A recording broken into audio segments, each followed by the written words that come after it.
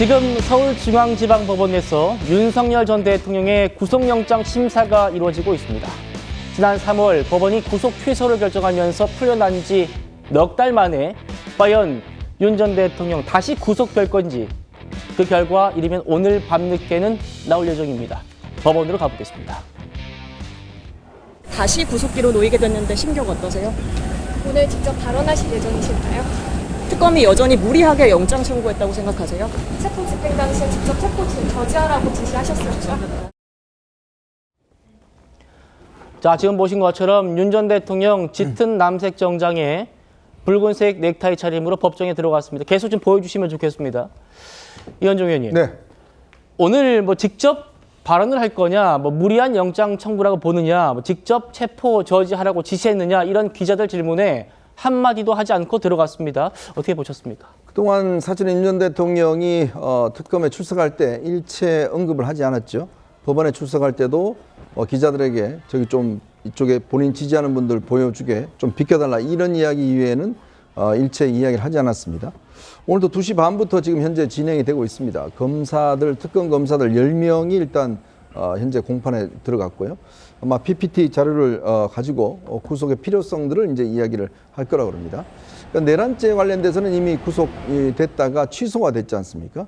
근데 이번 같은 경우는 이제 특수 공무집행 방해라든지 그동안 특검이 조사했던 여러 가지 혐의와 관련, 3가지 혐의와 관련해서 지금 영장이 이제 청구를 했는데 네. 그 문제는 본인의 최측근이라고 하는 이제 이 구속실장과 그다음에 이제 경호처 차장 그 두 사람의 증언이 사실은 이번엔 구속 여부를 결정짓는 핵심적인 증거가 될 것 같아요. 예. 왜냐하면 예전에 어떤 수사에서는 윤 전 대통령이 유리한 진술을 했는데 이번 같은 경우는 윤 전 대통령께 불리한 진술들을 했다고 합니다. 소위 이제 윤 전 대통령의 복심들이 입장을 바꿨다. 그렇죠. 그러다 보니까 아마 이제 그것도 특히 이제 이 진술하는 과정에서 윤 전 대통령의 변호인들이 입회할 때는 윤 전 대통령이 유리한 진술을 하다가 이들이 나오고 난 다음에는 꽤 불리한 진술을 했다는 거예요.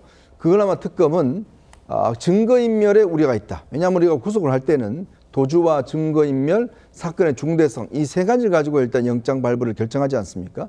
근데 이번 같은 경우는 이제 증거인멸의 가능성, 즉 관련된 증인에게 어떤 여러 가지 압박을 가하거라든지 이런 있기 때문에 아마 이번 특검 같은 경우는 이 부분을 좀 집중적으로 부각할 것 같습니다.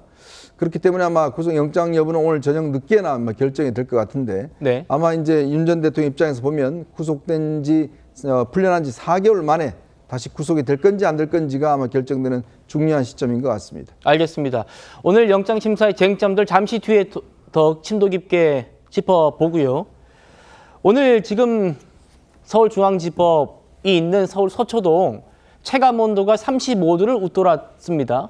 윤 전 대통령 지지자들이 수백 명 모였다고 하는데요. 여기 한국사 강사 전한길 씨 모습도 보였습니다.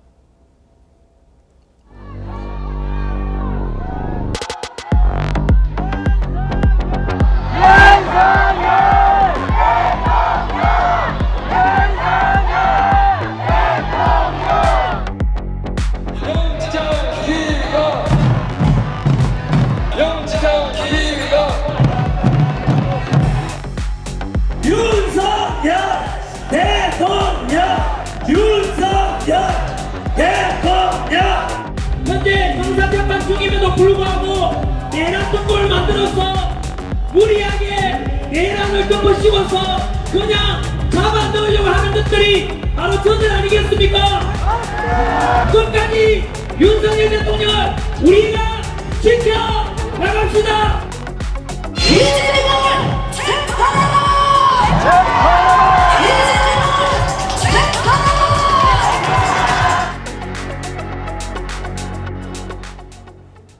자, 아직까지 지지자들이 집에 가지 않고 결과가 나올 때까지 기다린다라면서 법원 주변에 있답니다. 김원삼 변호사님. 네. 특검 측에서 윤 전 대통령을 구속해야 하는 이유를 들면서 지지자들을 얘기하기도 했어요. 윤 전 대통령이 형사처벌을 면하기 위해서 지지자들이 과격한 행동을 하도록 선동할 가능성이 있다. 지지자를 이용한 집단 범행 가능성도 높다. 이런 내용들이 영장 발부에 영향을 줍니까? 아니 근데 뭐 저 내용 자체는 뭐 선뜻 납득하지 않아요. 네. 뭐 예를 들어 그 선동하면 이제 그에 대한 또 범죄 행위가 추가되는 거 아니겠습니까? 그래서 집단 범행 가능성이 높다. 그런데 이 영장범죄사실에 왜 저런 내용을 넣는지 모르겠어요. 일단 가장 중요한 건 이제 혐의를 어떻게 소명할 것인지 증거가 굉장히 중요한 거 아니겠습니까? 그다음에 이제 도주나 증거인멸 우려 그런 거에 대해서는 굉장히 선택과 집중을 해서 구속을 하려는 의도는 알겠는데 뭐 지난 서부지법 때도 물론 일부가 선동하고 그런 것들은 다 드러났죠. 그런데 지금 저것은 윤 전 대통령에 대한 영장이잖아요. 근데 윤 전 대통령 측에서 설마 뭐 저렇게까지 하겠습니까? 그럼 저것도 조사해서 분명히 또 추가 기소하든지 또 영장이 기각되면 또 저걸 추가해서 영장을 또 청구할 거예요. 그래서 저런 부분은 아무리 영장 발부를 위한 노력이라고 보지만 좀 정도가 좀 지나친 그런 내용이 아닌가 싶습니다. 조기현 위원장 어떻게 보십니까? 뭐, 법원으로서 아마 저거를 별개의 구속 사유가 되지는 않지만요. 아마 예. 증거인멸의 우려를 설명하면서 포함된 내용일 것 같습니다. 그러니까 지금 증거인멸의 사유로 들고 있는 이 내용을 보면 주로 김성훈 차장하고 강의구 부속실장의 예를 들면서 진술의 회의와 압박이 있었을 것으로 보고 있지 않습니까?